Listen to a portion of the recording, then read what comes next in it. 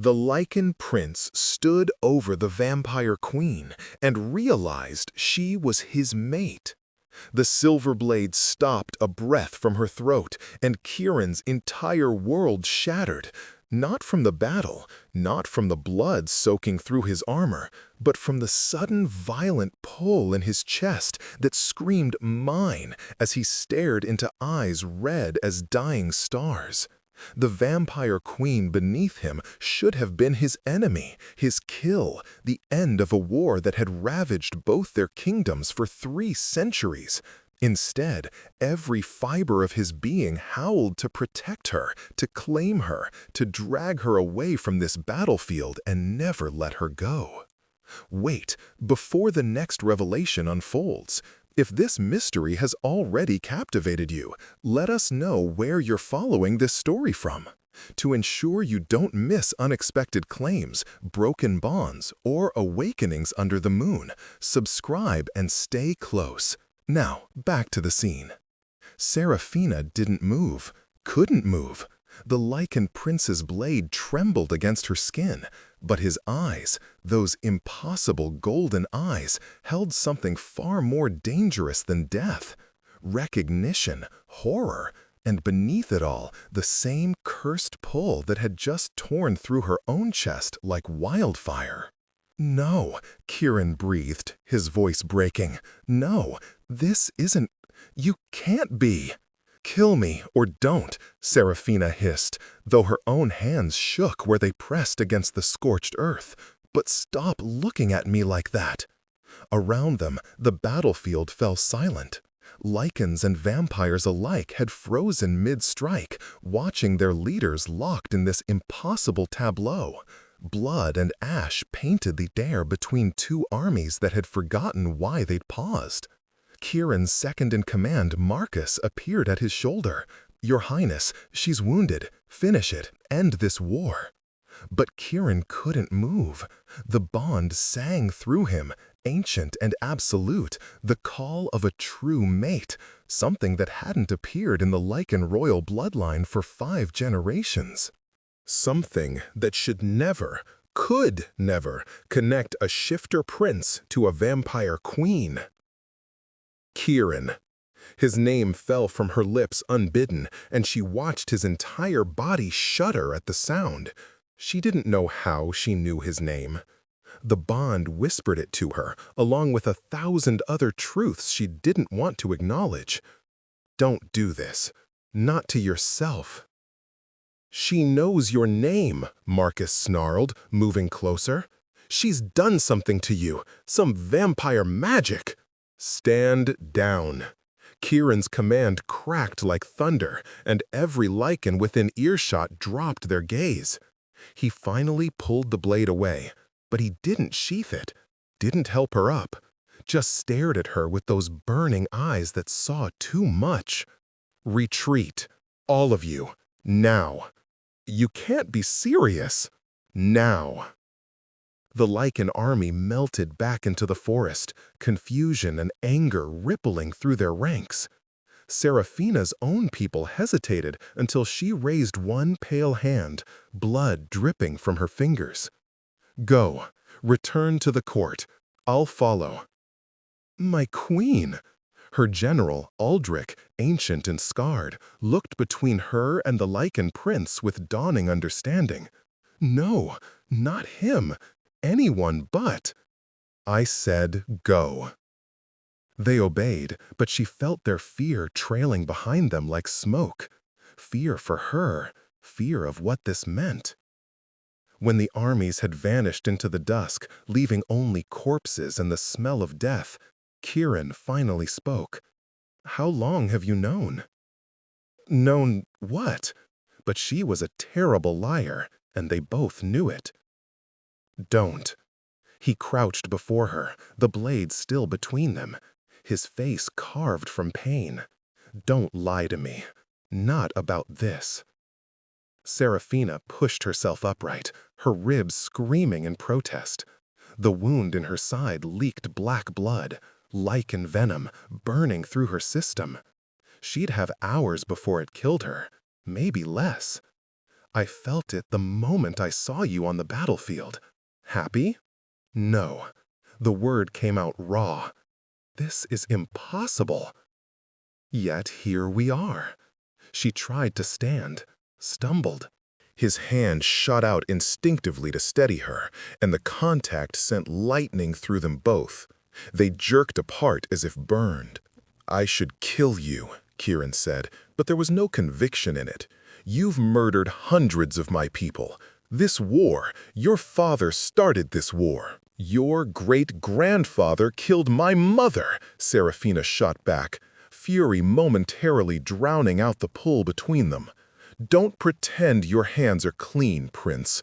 We're both covered in each other's blood. They stood there in the failing light, two rulers bound by hate and history, and now, this impossible, unwanted thing that thrummed between them like a living force. The venom, Kieran said quietly, his gaze dropping to her wound. You're dying. I know. I could. He stopped, jaw clenching. There's a way to stop it, but you'd have to trust me. Serafina laughed, the sound bitter and broken. Trust you?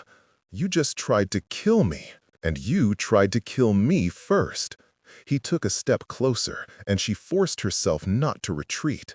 But the bond, it won't let you die, not without taking me with you. That's how true mate bonds work for Lycans. If one dies, especially this early, the other follows within days. She hadn't known that. Her people didn't have such bonds. Or, if they did, they were so rare that no living vampire remembered the last one. So this is about self-preservation. This is about neither of us dying today. His voice dropped, rough with something that might have been desperation. Let me help you. Then we figure out what the hell we're going to do about this. Every instinct screamed at her to refuse, to drag herself back to her court and let the venom finish its work rather than accept help from her enemy. But another part of her, a part that terrified her, wanted his hands on her again, wanted to understand why touching him felt like coming home. What do you need to do? She asked finally. Kieran's expression flickered with relief and dread in equal measure. The venom spreads through the bloodstream. I need to, he gestured helplessly, extract it, but it requires shifting partially, and you'd have to let me. It's intimate, the healing process. More intimate than you holding a blade to my throat? Yes, no hesitation, much more. Serafina met his eyes, saw the truth there, and made her choice. Do it. He moved carefully, like approaching a wounded animal. When his hands touched her again, sliding beneath her armor to reach the wound, she bit back a gasp. Not from pain, though there was plenty of that, but from the sudden rightness of it. His touch calmed something wild in her chest, soothed an ache she'd carried for so long she'd forgotten it was there. This will hurt, he warned. Everything hurts. His fingers found the wound, and she watched his eyes shift, human gold bleeding into the molten amber of his wolf. Claws extended, impossibly sharp, and he pressed them into her flesh with surgical precision. The pain was immediate and blinding, but his other hand came up to cup her face, holding her steady. Look at me, he commanded softly. Stay with me. She did. Couldn't look away even if she'd wanted to. And as he worked, drawing the poison from her veins with a power she didn't understand, she felt the bond between them strengthen, deepen, become something she knew, with terrible certainty, she'd never be free of. "Why you?" she whispered as the pain began to fade. "Of all the people in all the kingdoms, why you?" "I've been asking the same question." His touch gentled, became almost reverent. "My advisors would call this a curse, a punishment from the moon goddess herself." "And what do you call it?" Kieran pulled his hand away, her blood dark on his claws. The wound had closed, the venom gone. But he didn't move back. Stayed close enough that she could feel his breath on her skin. I don't know yet. They remained there as night fell fully, two enemies bound by something neither wanted but both could feel reshaping the ground beneath their feet. In the distance, armies waited, courts full of people who would never accept this, a war that demanded their loyalty and their hate. "We can't tell anyone," Serafina said finally. "Not yet. Maybe not ever." Agreed. Kieran stood, offered her his hand. After a moment, she took it, let him pull her to her feet. "But we need to talk, figure out what this means, what we're going to do." "We're going to pretend it doesn't exist," she said firmly. "We're going to go back to our people and continue this war as if nothing has changed." "You know that's impossible." "Then we make it possible." She pulled her hand free, instantly missing his warmth. "Because the alternative is chaos, revolution. Both are kingdoms torn apart." Kieran studied her for a long moment, and she saw the exact moment he accepted the weight of what she wasn't saying.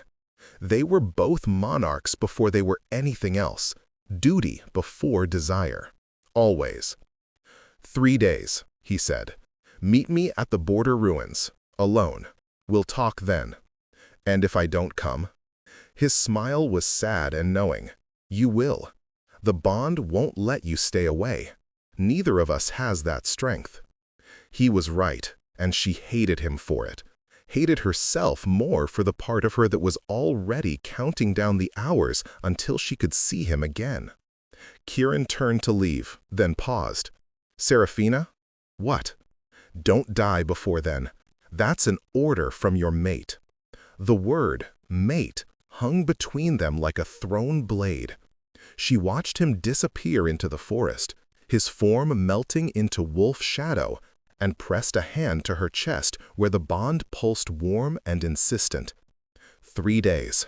She could survive 3 days. She had to. The vampire court sprawled beneath the earth like a cancerous jewel, all black stone and blood-red tapestries, lit by eternal flames that cast dancing shadows across centuries-old faces.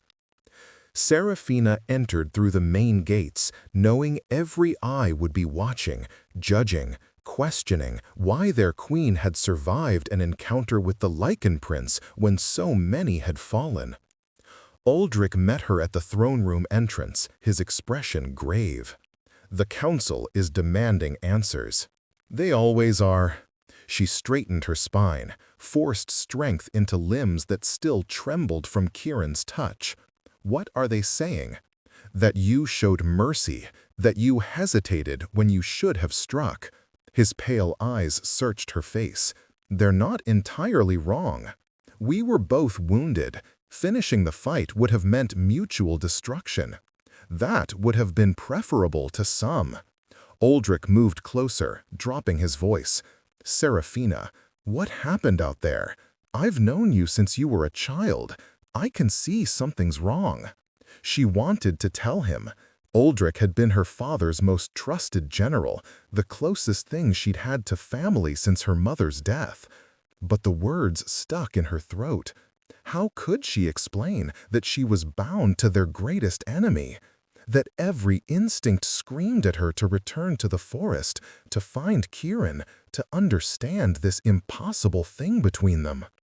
"Nothing happened," she lied. "We fought. We survived. That's all." He didn't believe her. She could see it in the way his jaw tightened, the flash of worry in his ancient eyes. But he let it go. The council waits. The throne room was packed. Every major house, every old bloodline, representatives from every territory in the vampire kingdom. They stood in their formal black, faces impassive, but she could taste their doubt like copper on her tongue. Serafina took her throne, a massive thing carved from a single piece of obsidian inlaid with garnets that looked like frozen blood, and met their stares with ice in her veins. "You called this gathering," she said, her voice carrying across the vast space. "Speak." Lord Vasil stepped forward, ancient and cruel, leader of the Eastern houses. "You let him live. The Lycan prince stood vulnerable before you, and you let him walk away. I made a tactical decision. You made a mistake." Another voice, Lady Morgana from the Northern Territories. "How many of our people died today while you hesitated?" "I didn't hesitate." The lie came easily now, smooth as silk. "I assessed the situation. Killing him there would have triggered a berserker rage from his pack. We were outnumbered. I chose survival." "You chose cowardice," Vasil spat. The room erupted, voices rising in anger, in agreement, in defense. Serafina let them argue, let them reveal their allegiances and their fears. This was how the court worked. Everything was theater. Everyone was a potential threat. When the noise reached its peak, she stood. Silence fell like a guillotine blade. "I am your queen," she said softly, and the words carried more threat than any shout. "I have led you through 15 years of war.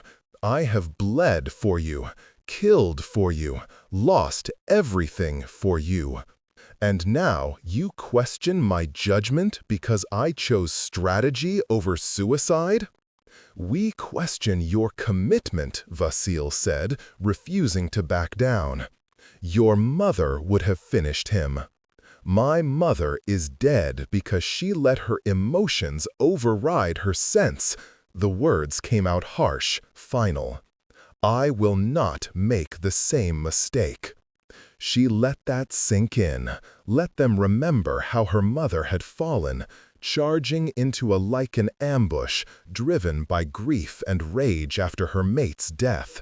How Serafina had been only 12, suddenly thrust onto a throne she wasn't ready for, forced to grow up in a court that smelled weakness like blood in water. "The war continues," she continued, "but we fight smart. We fight to win, not to die gloriously. Is that understood?" Murmurs of agreement, grudging but there. Vasilis' face remained a mask of displeasure, but he bowed his head in acknowledgement. For now, her authority held. But as the court dispersed and she retreated to her private chambers, Serafina knew it was only a matter of time before they questioned her again, before someone noticed the way her eyes tracked to the north, where the Lycan territories lay, before they realized she was keeping secrets that could destroy everything. She pressed her hand to her chest, felt the bond pulsing warm beneath her skin. 2 days until she saw him again. It felt like an eternity. Kieran's return to the Lycan capital was no less fraught. His people met him at the gates with celebration. They'd won the battle, driven the vampires back, survived another day. But Marcus pulled him aside before he could reach the keep, his expression dark. "The pack felt it," his second said bluntly. "When you stopped, when you let her go. They're confused, angry. I know. Do they? Because right now they think their prince has gone soft, that you're not fit to lead them into war." Kieran rounded on him, letting his wolf rise to the surface. "Are you questioning my authority?" Marcus didn't flinch. They'd grown up together, trained together, bled together. He'd earned the right to speak truth. "I'm questioning your judgment. What happened out there, Kieran? What did she do to you?" "Nothing." But his voice lacked conviction. She was wounded. Finishing her would have violated the warrior's code. "Since when do we extend that code to vampires?" "Since I decided we do." He pushed past Marcus, heading for the keep. "Call a council meeting. I'll address their concerns." "And what are you going to tell them?" Kieran stopped, looked back at his oldest friend. that the war continues. What else is there to say? But Marcus was studying him with those two knowing eyes, and Kieran realized he'd made a mistake, should have been more careful, should have hidden the turmoil better. "Your Highness," Marcus said carefully, "if there's something you need to tell me—" "There isn't." The lie tasted like ash. "Drop it, Marcus."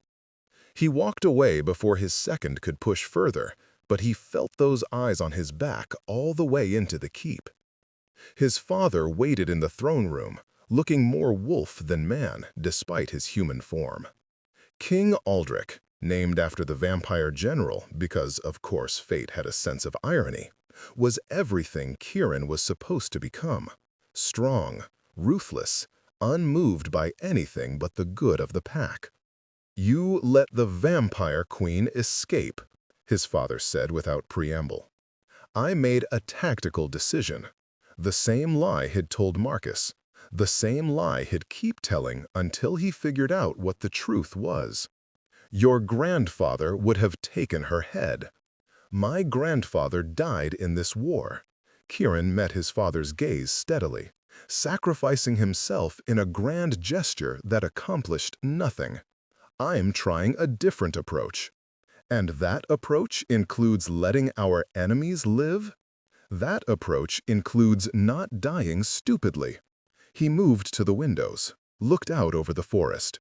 "We've been fighting for 3 centuries, Father. Maybe it's time we started fighting smart." His father was quiet for a long moment. Then, "The bond has appeared." Kieran froze, turned slowly. "What?" "Don't play games with me, boy. I felt it through the pack connection. Every alpha within 100 miles felt it. The true mate bond has awakened in you." His father's expression was unreadable. "Who is she?" The question hung in the air like a death sentence. Kieran could lie, should lie, but his father would know. The pack connection went both ways. Not the details, but the existence of the bond? That was impossible to hide from another alpha. "It doesn't matter," Kieran said finally. "She's unsuitable." "Unsuitable how? A lower rank? A human?" "Worse." The word came out barely above a whisper. "Much worse." Understanding dawned in his father's eyes, followed by horror. "No, tell me you're not the vampire?" "I can't tell you anything," Kieran's voice broke, "because I don't understand it myself. But yes, the vampire queen, Seraphina, she's my true mate." The silence that followed was absolute. His father didn't move, didn't speak, just stared at him like he'd announced the end of the world. Maybe he had. "This is impossible," his father said finally. "True mates cannot cross species. It's against every law of nature." "Then nature has decided to break its own laws. Or this is some vampire trick, some spell." "It's not." Kieran knew it in his bones. "I've studied the lore, Father.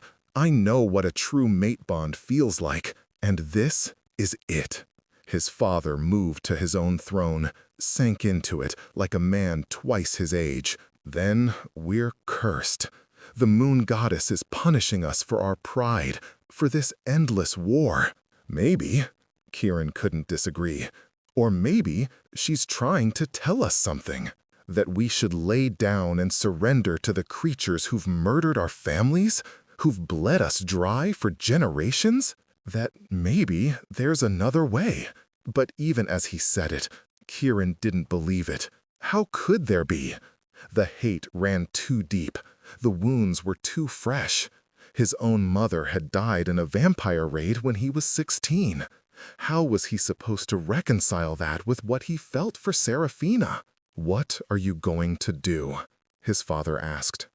"I don't know. You have to reject her. No hesitation, before the bond fully forms, while you still can. And die? Because that was the truth, wasn't it? Rejection would kill them both, or at least break something fundamental. Is that what you're asking? I'm asking you to think of your people, of your pack, of everything we've built and protected. His father's voice gentled slightly. I know what I'm asking is unfair, but you're a prince first, Kieran. Your duty comes before your heart. The words hit like physical blows, because he was right. Kieran had been raised for this, to put his pack above everything, to sacrifice for the greater good. His whole life had been in service to that ideal. But the bond pulsed warm in his chest, and he knew with terrible certainty that he couldn't reject her even if he wanted to. The moon goddess had chosen, and arguing with fate was like trying to stop a river with bare hands. I need time, Kieran said, to think, to figure this out. Time is what we don't have. If word of this spreads, it won't. No one knows except you, me, and her. And her people? She won't tell them. He was sure of that at least. She has as much to lose as I do. His father studied him for a long moment, then nodded slowly. 3 days. Then we address the council together, and you make your choice. Either reject her and we continue the war, or, he trailed off, unable to voice the alternative. Or, Kieran pressed, or you find a way to make peace with our enemies, and may the moon goddess have mercy on us all. The border ruins stood like broken teeth against the night sky, remnants of a fortress that had fallen in the first years of the war. Neither Lycan nor vampire claimed the territory anymore. It was neutral ground, haunted by too many ghosts. Seraphina arrived first, wrapped in shadows, her heart hammering against her ribs. She told herself she was here for answers, to discuss strategy, to figure out how to manage this impossible situation. She told herself many things, but none of them were the truth. The truth was simpler and more terrifying. She needed to see him. The bond had been pulling at her for 3 days, growing stronger with each passing hour. By the second night, she'd barely been able to function. Her mind consumed with thoughts of golden eyes and careful hands, and a voice that had said, "Mate," like a prayer and a curse. You came. She spun, found him emerging from the tree line in human form, dressed in simple clothes that did nothing to hide the predator beneath. Kieran looked as wrecked as she felt, shadows under his eyes, tension in every line of his body. "Did you doubt I would?" She kept her voice steady through force of will alone. "Yes, honest, direct. Hoped you'd be stronger than me.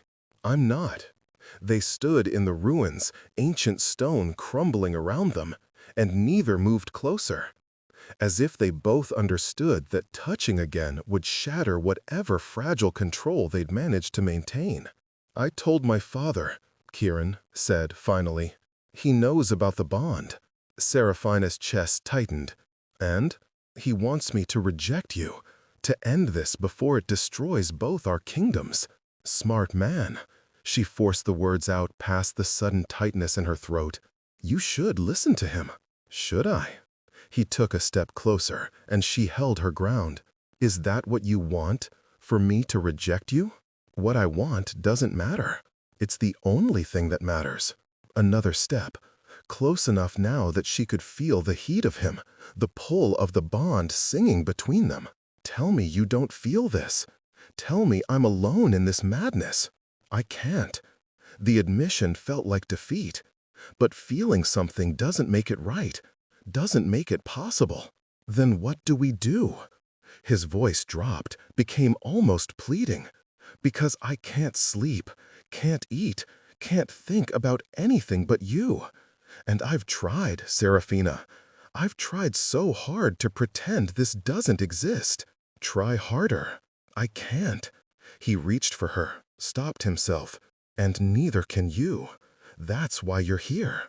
She wanted to argue, to push him away, to do what was right for her people, her court, everything she'd sworn to protect. But the words wouldn't come. Because he was right. She'd tried to resist, tried to ignore the bond, and it had nearly driven her insane. "What do you want from me?" she whispered. "Everything." The word came out raw and nothing. "I want to hate you, to blame you for every loss, every death, every moment of pain this war has caused. But when I look at you, all I feel is—" He stopped, shook his head. "It doesn't matter what I feel. It does to me." The confession hung between them, too honest, too vulnerable. Serafina watched something break in his expression, watched him make a decision she knew they'd both regret.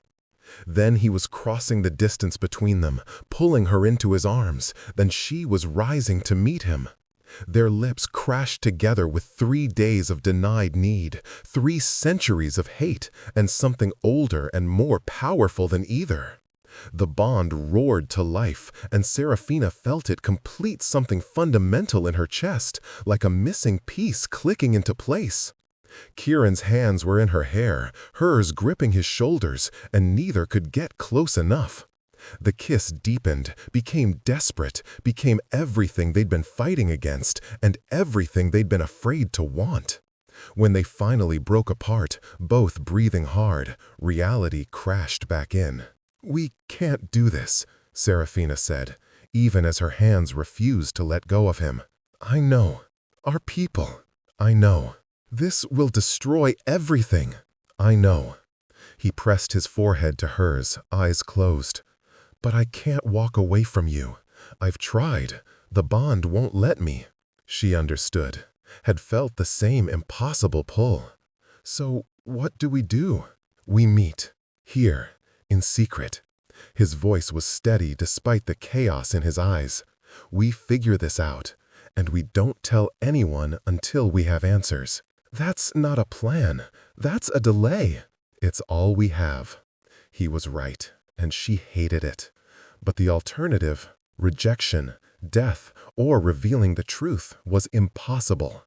So they'd steal these moments, hide in the shadows. Betray everyone who trusted them. "Once a week," said finally. "Here, just to talk, to understand what this is."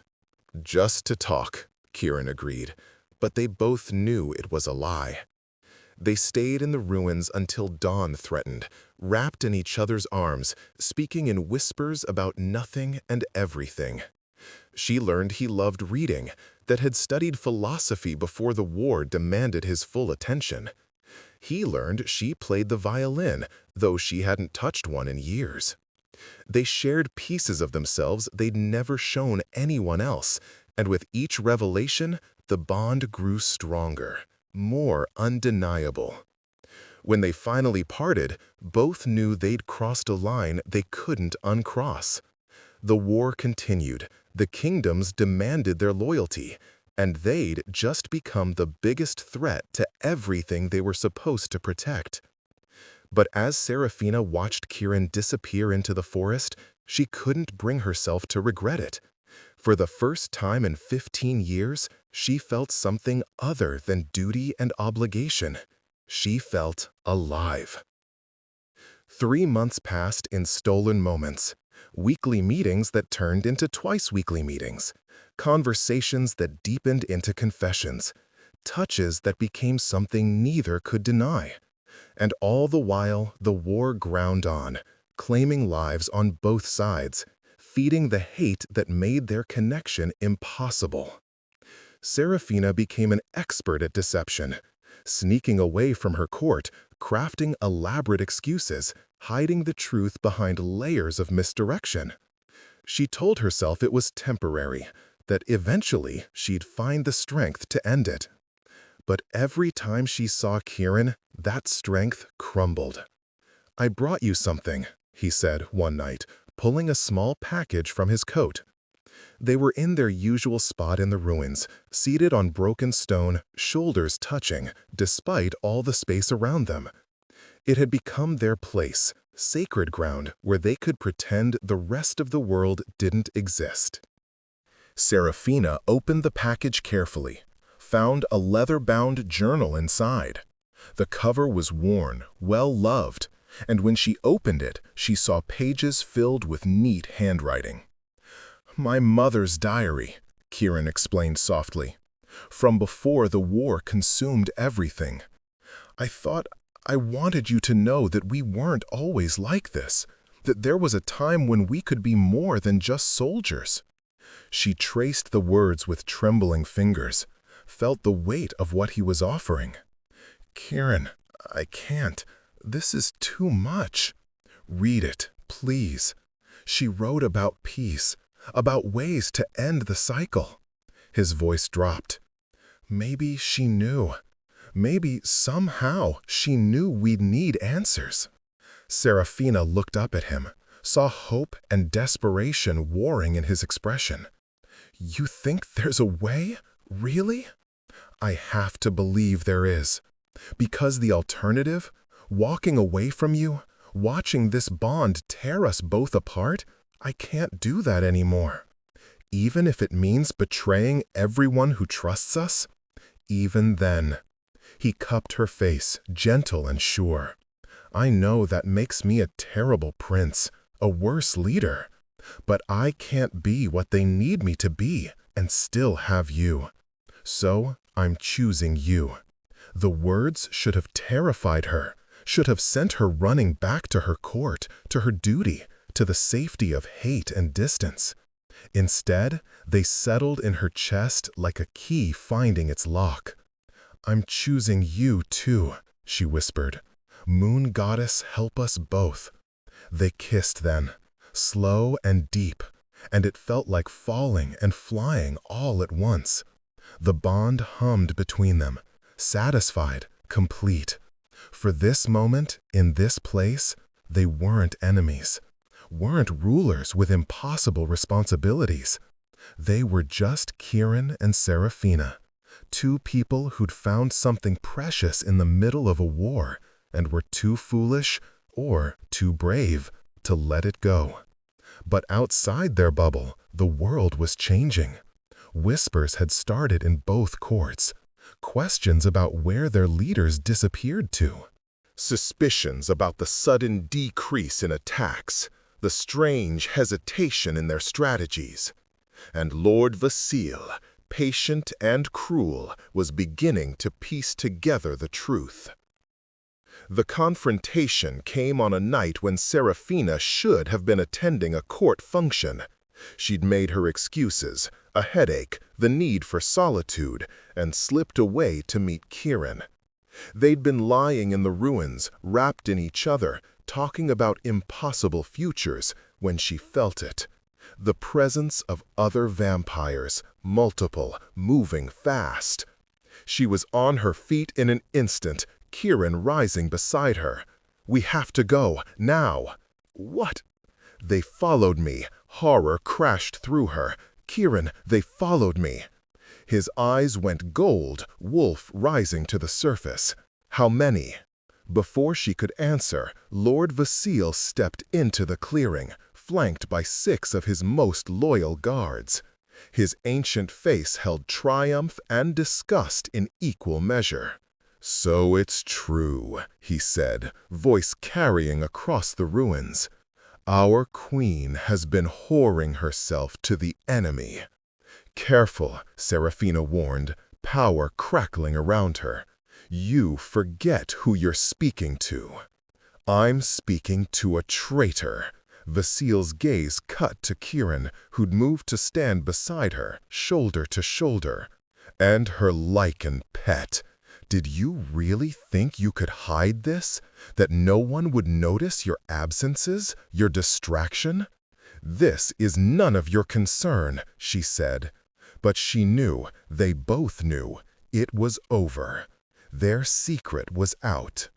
It's every vampire's concern when their queen betrays them. Vasile drew his blade, and his guards followed suit. "The council will hear of this. They'll strip your crown, execute you for treason. Then they'll have to go through me first," Kieran growled. and she felt his power rise, felt the alpha dominance rolling off him in waves. No, Serafina put a hand on his chest, held him back. This is my fight. The hell it is! You think I'm going to stand here while you don't have a choice? She looked at him, tried to memorize his face, because she knew with terrible certainty that this was the end. Go, before my people see you, before this becomes an incident that sparks something neither of us can control. I'm not leaving you. You have to. Her voice broke despite her best efforts. Please, Kieran, trust me. He stared at her for a long moment, and she saw the war in his eyes. The desire to fight, to protect, battling against the cold reality of what would happen if he stayed. If a Lycan prince was found in vampire territory defending their queen, it would mean all-out war. No more skirmishes. Total annihilation. I'll come back for you, he promised. However long it takes, whatever I have to do, I'll find a way. Then he was gone, melting into the shadows, and Serafina turned to face Vasile's blade alone. That was touching, Vasile sneered. The traitor and her dog. Call him that again, Serafina said softly, and I'll paint these ruins with your blood. Bold words for someone so outnumbered. You think numbers matter? She let her own power rise, felt it crackling through the air like lightning. You think 6 guards and 1 ancient fool are enough to take down a queen? She moved. The fight was brutal and short. Serafina had been training since childhood, had survived a court full of predators, had led her people through 15 years of war. Vasile's guards were good, but she was better. But even she couldn't fight forever. And when Vasile finally got past her defenses, drove his blade into her shoulder, she felt the bond scream in protest, felt Kieran's answering agony somewhere in the distance. You'll return to the court, Vasile hissed, twisting the blade. You'll confess your crimes, and you'll accept whatever punishment the council decides. Or I'll hunt down your Lycan lover and end him myself. Serafina looked up at him, blood running hot down her arm, and smiled. You can try. Then she released the power she'd been holding back. The full force of centuries-old vampire magic channeled through royal blood, amplified by a mate bond that refused to break. The explosion of energy sent Vasile and his guards flying, left them scattered and unconscious among the ruins. She could have killed them, should have, maybe, but that would only prove their accusations right. So she left them breathing and stumbled into the night, hand pressed to her bleeding shoulder, knowing everything was about to change. The bond pulled her north, toward Kieran, but she forced herself south, back to the court, back to face what she'd done. Because this was the moment she'd been dreading, the moment when her 2 worlds collided and she had to choose which one to save. She just hoped she was strong enough to choose right. The court was chaos when she returned. Word had spread, somehow impossibly fast, about Vasile's discovery, about the Lycan prince and the vampire queen, about the betrayal that threatened to tear their kingdom apart. Aldrich met her at the gates, his expression grave.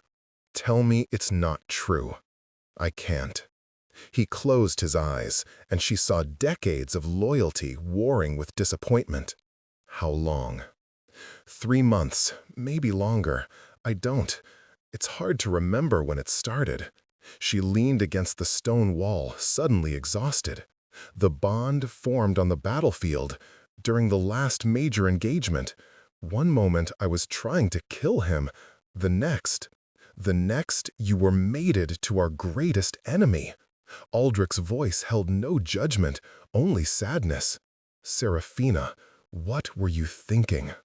I wasn't. That's the problem.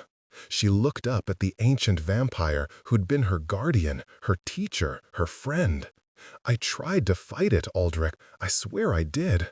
But the bond, it's not something you can just ignore. It's fundamental, written into my very existence. Then you should have told me. The council. We could have found a way. There is no way, she interrupted. Don't you understand? There's no solution where I keep my crown and my mate. I have to choose.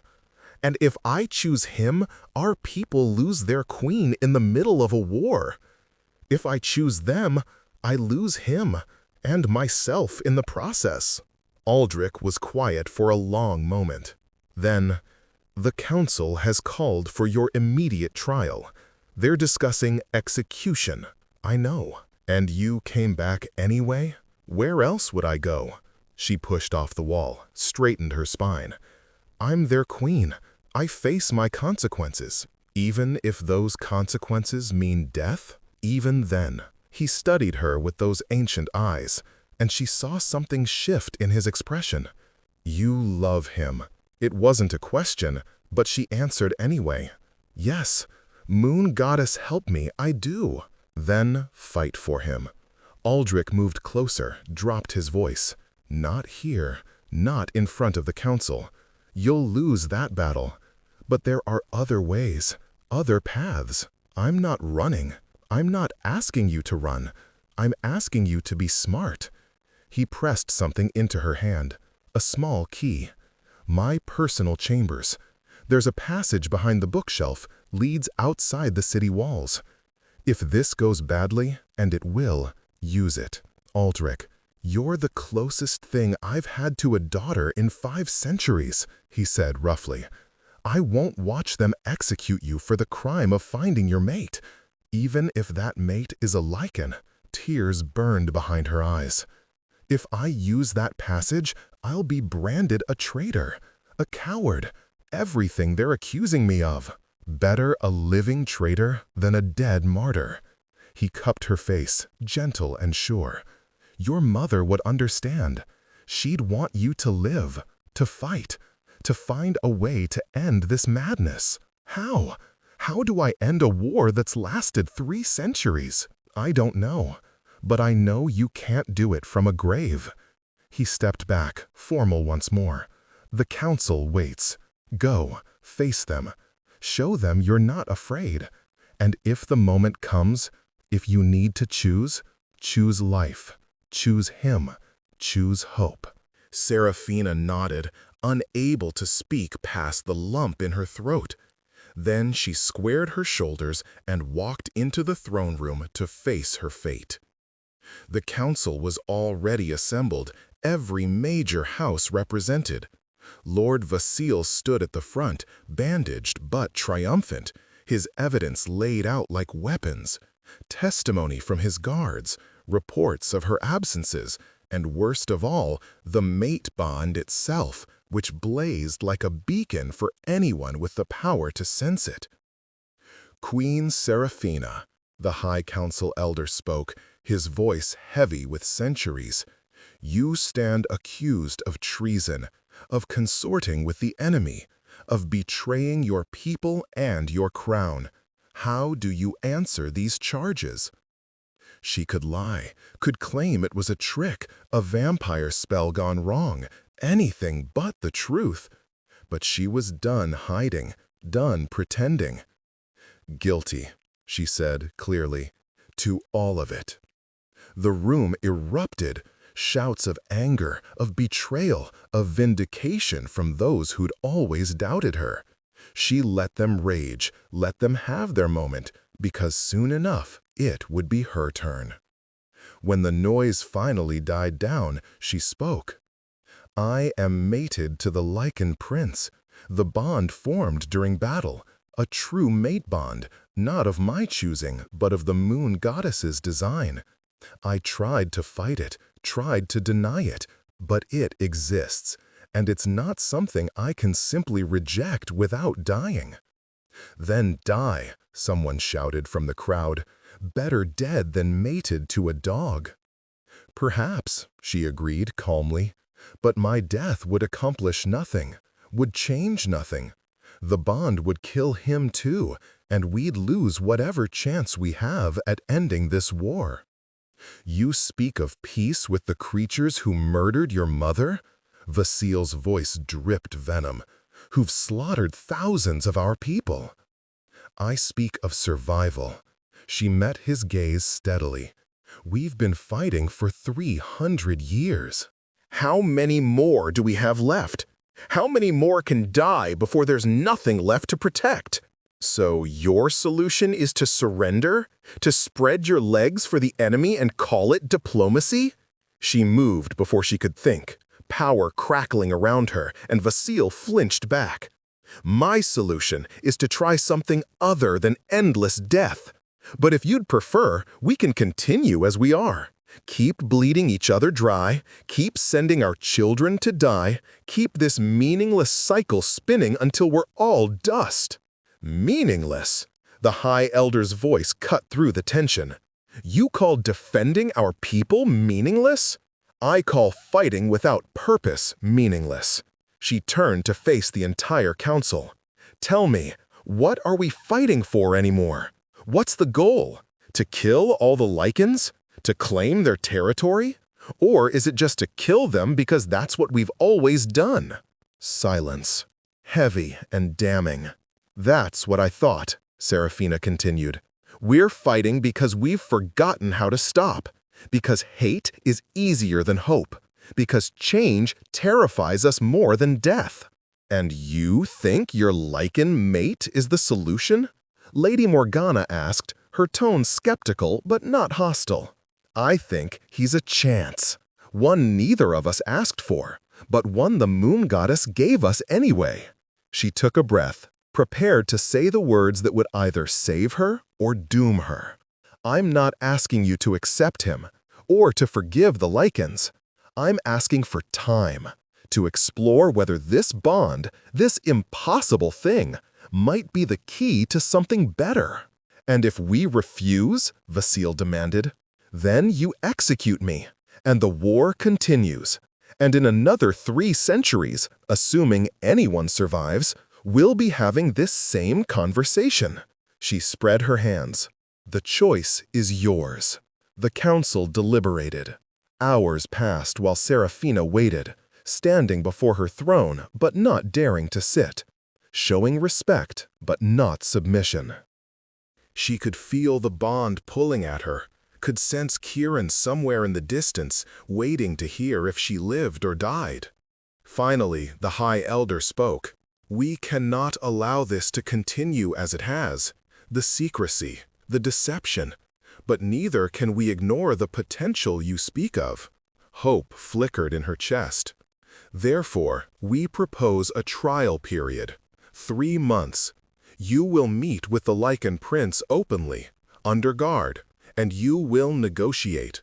If, at the end of that time, you can show us proof of genuine progress toward peace, we'll consider allowing the bond to continue.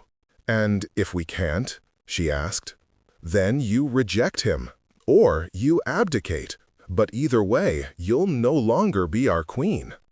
The words hit like a blow, but she forced herself to nod. Accepted. There's one more condition, Vasil added, his voice cold. You must prove his commitment is real, that this isn't some elaborate Lycan trick. He must come here, to our court, unarmed, and face our judgment. It was a death sentence. Asking Kieran to walk into the vampire court alone was asking him to die. But if she refused, they'd execute her instead. I'll ask him, she said carefully, but I can't promise he'll agree. Then you'd better be very convincing, Vasil said with a cruel smile, because if he doesn't show, we'll know this mate bond is nothing but a lie. The council dismissed her, and she retreated to her chambers feeling like she'd been in battle. Aldrich was waiting, his expression carefully neutral. 3 months, she said without preamble, and Kieran has to present himself to the court. Alone. They're asking him to commit suicide. I know. And you're going to ask him to do it anyway? I don't have a choice. She sank into a chair, exhaustion crashing over her. If he doesn't come, they'll think I lied, that the bond is fake, and they'll execute me. So you're condemning him to save yourself? I'm giving him a choice. She looked up at her old friend. If he comes, maybe we have a chance. If he doesn't, at least one of us survives. You think he'll let you die alone? She thought about golden eyes and careful hands, and a voice that had promised to come back for her. No, which is why this is so cruel. Aldrich moved to the window, looked out over the court. Your mother would be proud of you. You know that, don't you? My mother would say I'm a fool for falling in love with the enemy. Your mother fell in love with your father despite their families being rivals, despite every vampire in the court telling her it was a mistake. He glanced back at her. She understood that sometimes the heart chooses paths the mind can't comprehend, and she died because of it. She died protecting what she loved. There's honor in that. He paused. Will you go to him? Tell him what the council decided. Tonight. She stood, feeling the pull of the bond like a physical force. I owe him that much. A warning, a chance to run. He won't run. I know. She smiled sadly. But I have to give him the option anyway. Kieran was already at the ruins when she arrived, pacing like a caged wolf. The moment he sensed her, he spun, crossed the distance between them in 3 strides, and pulled her into his arms. I felt it, he said roughly. The bond, it was screaming. What happened? She told him everything. The trial, the council's decision, Vasily's demand. She felt him tense as she spoke, felt his anger rising. They're asking me to walk into a death trap, he said when she finished. Yes, and if I refuse, they'll kill you? Yes. He pulled back, looked at her with those burning eyes. This is impossible. I know. There has to be another way. If there is, I can't see it. She cupped his face, memorized the lines of it. You should run. Go back to your people. Tell them I was a vampire trick, that none of this was real. You know I can't do that. You can. You just don't want to. She tried to smile. Be smart, Kieran. Forget me. Find a way to break the bond. There is no breaking this. His hands tightened on her waist. Don't you understand? Even if I reject you, even if I try to walk away, the bond will kill me. Slowly maybe, but inevitably. I'm tied to you, for better or worse, until death. Then choose death on your terms, she whispered, not theirs. I choose you. Simple. Absolute. Whatever that means. Whatever it costs. I'm done running. Done pretending. Even if it means dying in a vampire court. Even then. He kissed her, deep and desperate. I'll come. I'll face your counsel, and we'll find a way through this, together. She wanted to argue, to push him away, to save him from the terrible choice she'd forced on him. But the bond sang between them, and she was too tired, too scared, too in love to keep fighting. 3 days, she said against his lips. The council expects you in 3 days. Then we have 3 days to figure out how to survive this. They stayed in the ruins until dawn, making plans that felt more like prayers. Kieran would come to the court as demanded, but he'd bring his own terms, his own demands. And if the council refused to listen, if they tried to execute him, well, at least they'd die together. It wasn't much of a plan, but it was all they had. When they finally parted, Serafina felt like she was leaving a piece of herself behind. The bond stretched between them, thin and taut, and she knew the next 3 days would be agony. But they'd made their choice. Now they had to live or die with the consequences.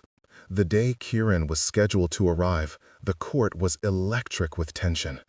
Every vampire of significant rank had assembled, curiosity and hostility mixing in equal measure. They'd never had a Lycan in their territory before, not alive anyway, and certainly not a prince. Seraphina stood before her throne, dressed in full royal regalia, looking every inch the queen they expected.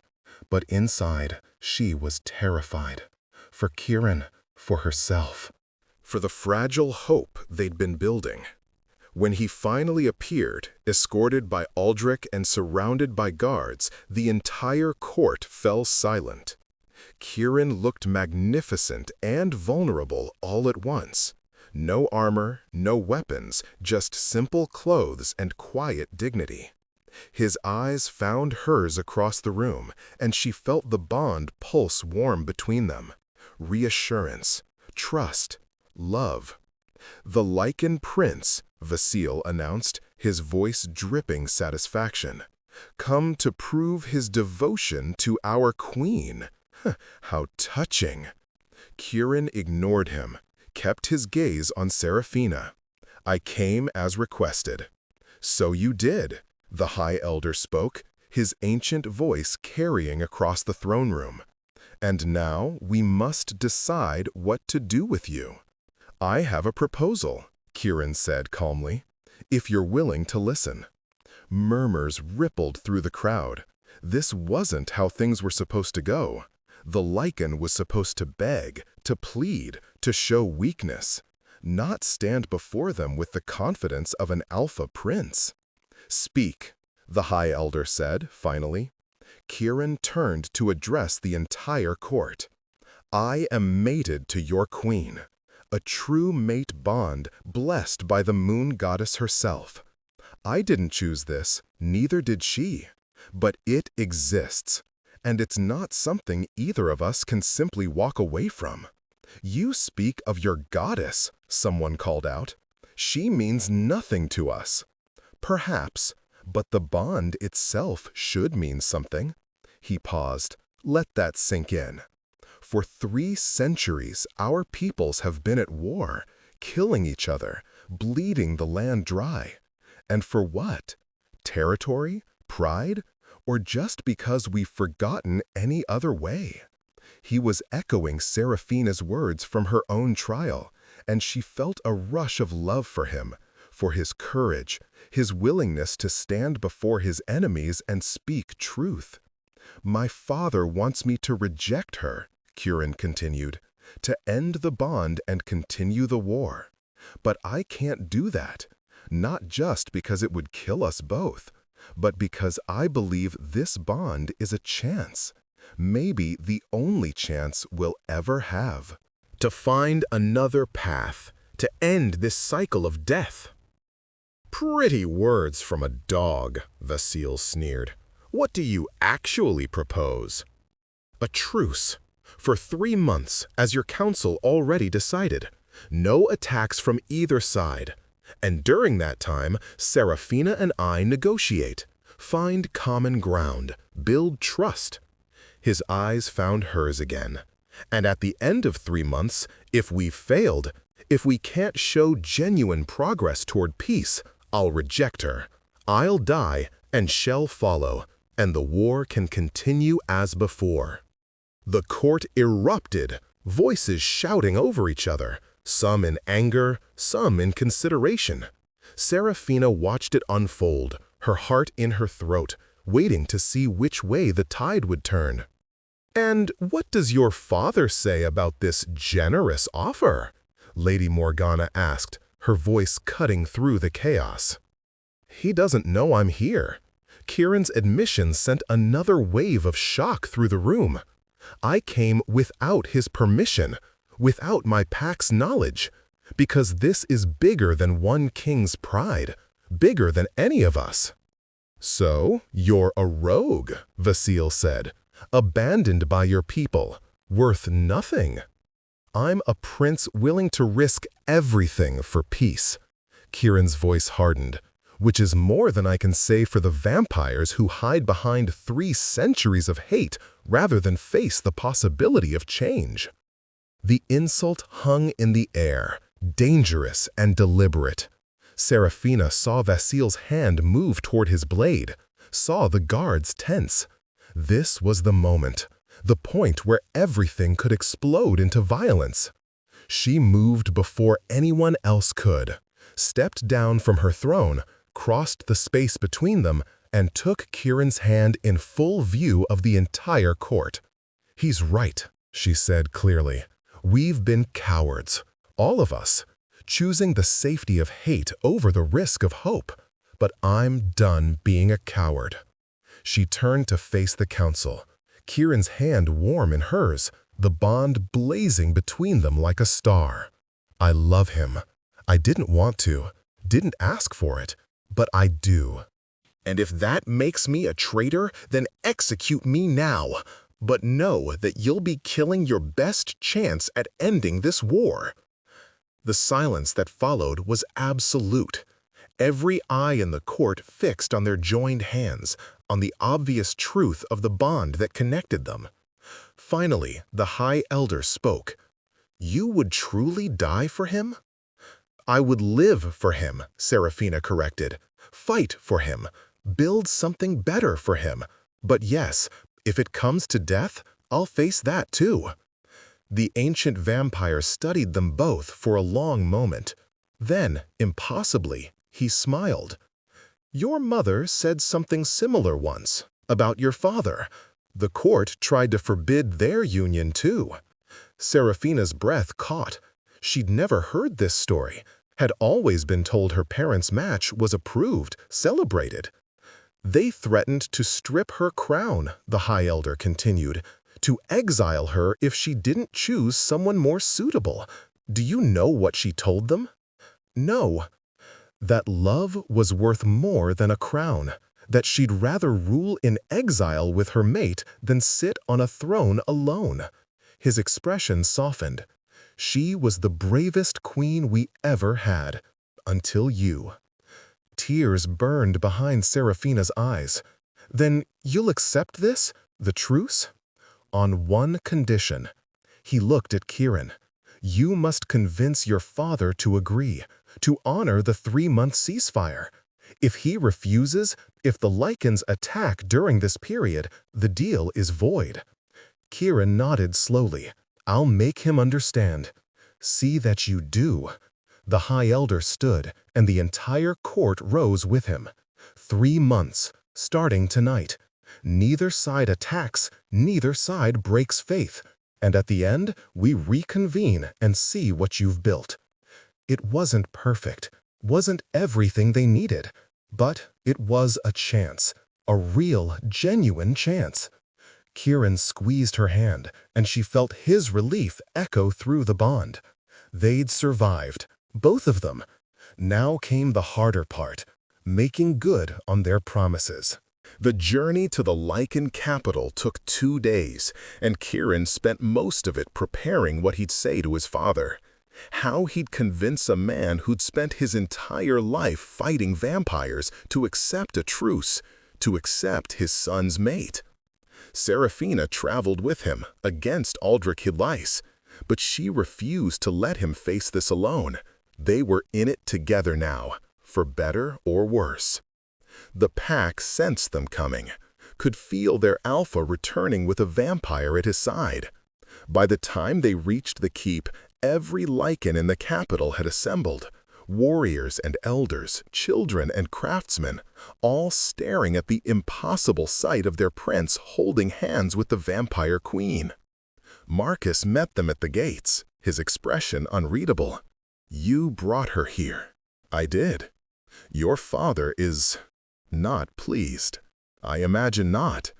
Kieran glanced at Serafina, saw her chin raised in defiance despite the fear he could feel through the bond. But hell, listen, he has to. They entered the throne room together, and Kieran's father was already waiting. King Aldrich looked older than he had 3 days ago, as if the weight of this impossible situation had aged him decades. "Father," Kieran began, "you brought our enemy into our home." His father's voice was flat, emotionless. "Into the heart of our territory. I brought my mate. Your mate is a vampire, spat like a curse, the daughter of the man who killed your grandfather, the queen of the people who murdered your mother. I know who she is. Kieran's voice didn't waver, and I know what I'm asking. But the vampire court has agreed to a truce, 3 months, no attacks, no bloodshed, time to negotiate peace. And you expect me to agree to this? To trust the creatures who've been trying to destroy us for 3 centuries? I expect you to trust me. Kieran moved forward, bringing Serafina with him. I am your son, your heir. I have never lied to you, never betrayed you. And I'm telling you now, this is our chance. Maybe our only chance to end this madness. His father's gaze cut to Serafina. And what do you say, vampire? What pretty lies will you tell to convince me? Serafina met his eyes steadily. No lies, just truth. I killed Lycans, many of them, in battle, in raids, in defense of my people. And I'm not sorry for that. They were trying to kill me too. But I am sorry for the waste, for all the lives lost on both sides, for a war that no one can remember starting. My father can remember, King Aldrich said coldly, as can I. Your people attacked first. And my people would say yours did, she shrugged. It doesn't matter anymore who threw the first stone. What matters is whether we keep throwing them until we're all dead. You speak of peace as if it's simple, as if we can just forgive and forget. I don't expect forgiveness or forgetting. Serafina's voice remained steady. I expect pragmatism. You're losing this war. Slowly, maybe, but inevitably. Your numbers decrease every year. Your territory shrinks. In another generation, there might not be enough Lycans left to survive. The words hit like physical blows, and Kieran saw his father flinch. Because she was right. The Lycans were dying out, their birth rate dropping, their warriors growing older with fewer young to replace them. So you offer us survival in exchange for surrender? His father challenged. I offer you survival in exchange for trying. For 3 months. If at the end we've accomplished nothing, the war continues.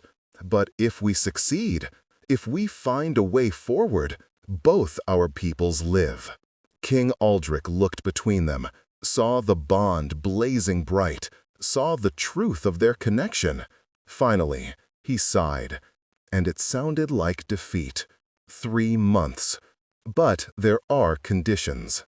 Name them, Kieran said. She stays here, in our territory, under guard.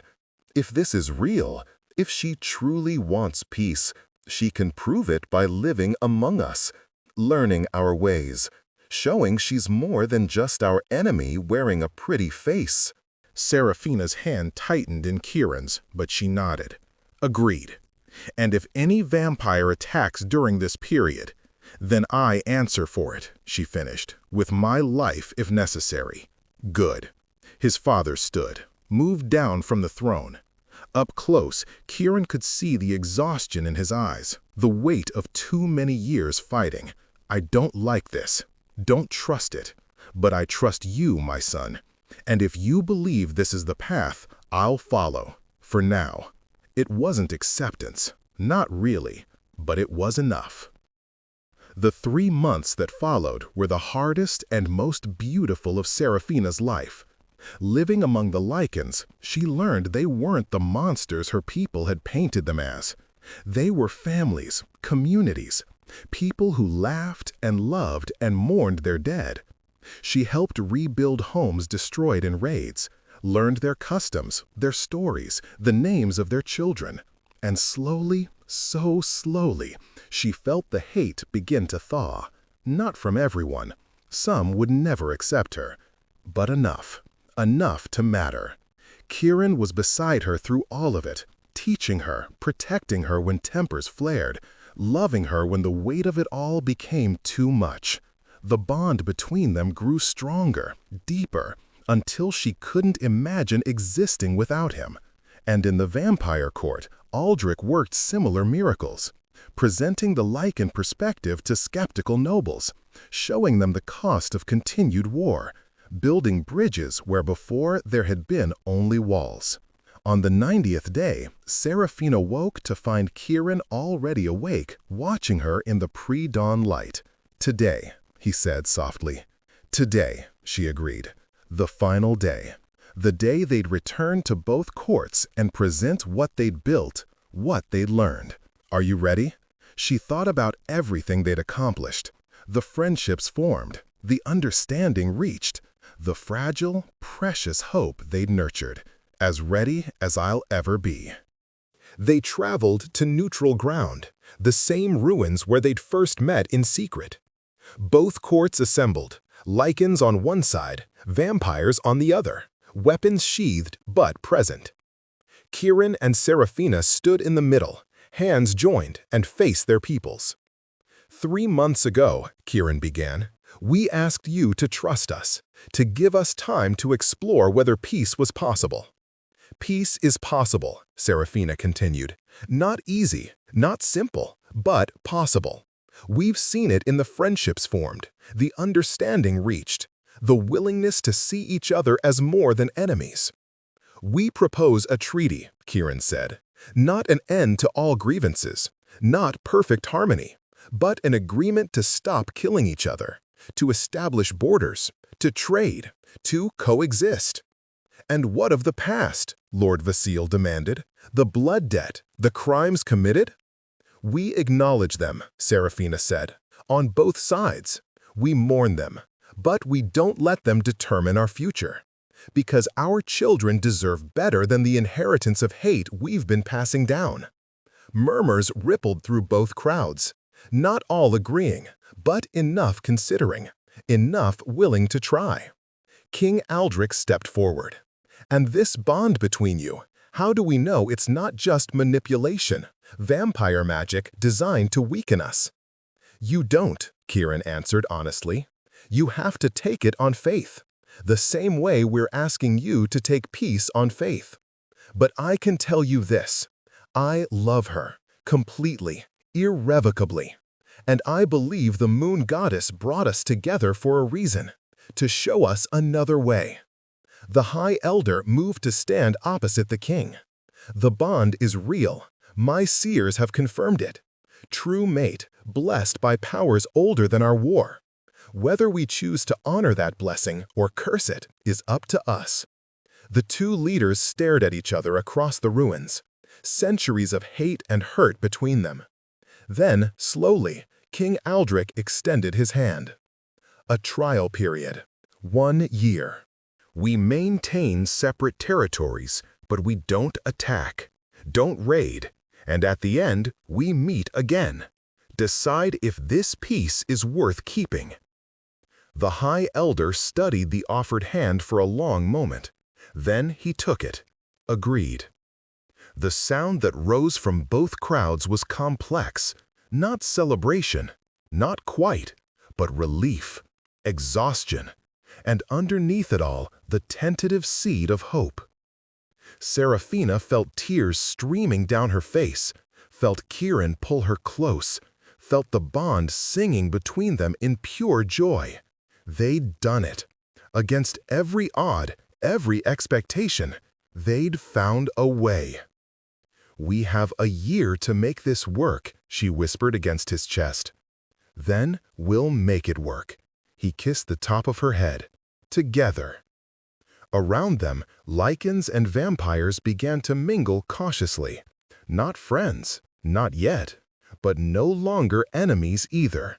Just two peoples, exhausted from war, willing to try something different. It wasn't perfect.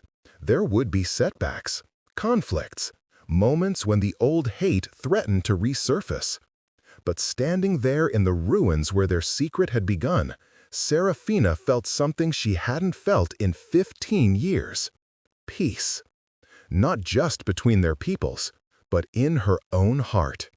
She'd found her mate, her purpose, her path forward. And whatever came next, they'd face it together. The Lycan Prince and the Vampire Queen. Two impossible lovers who'd looked at centuries of war and chosen hope instead. Who'd proven that sometimes the greatest strength wasn't in fighting, but in refusing to let hate win. As the sun rose over the ruins, painting the sky in gold and crimson, Kieran and Serafina stood together, hands joined, hearts bound. Not the end of their story, but the beginning of something better. A new chapter, for both of them and for all their people. One built on love instead of hate, on hope instead of despair, on the belief that even the deepest wounds could heal, given time and courage and two people willing to bridge the impossible divide.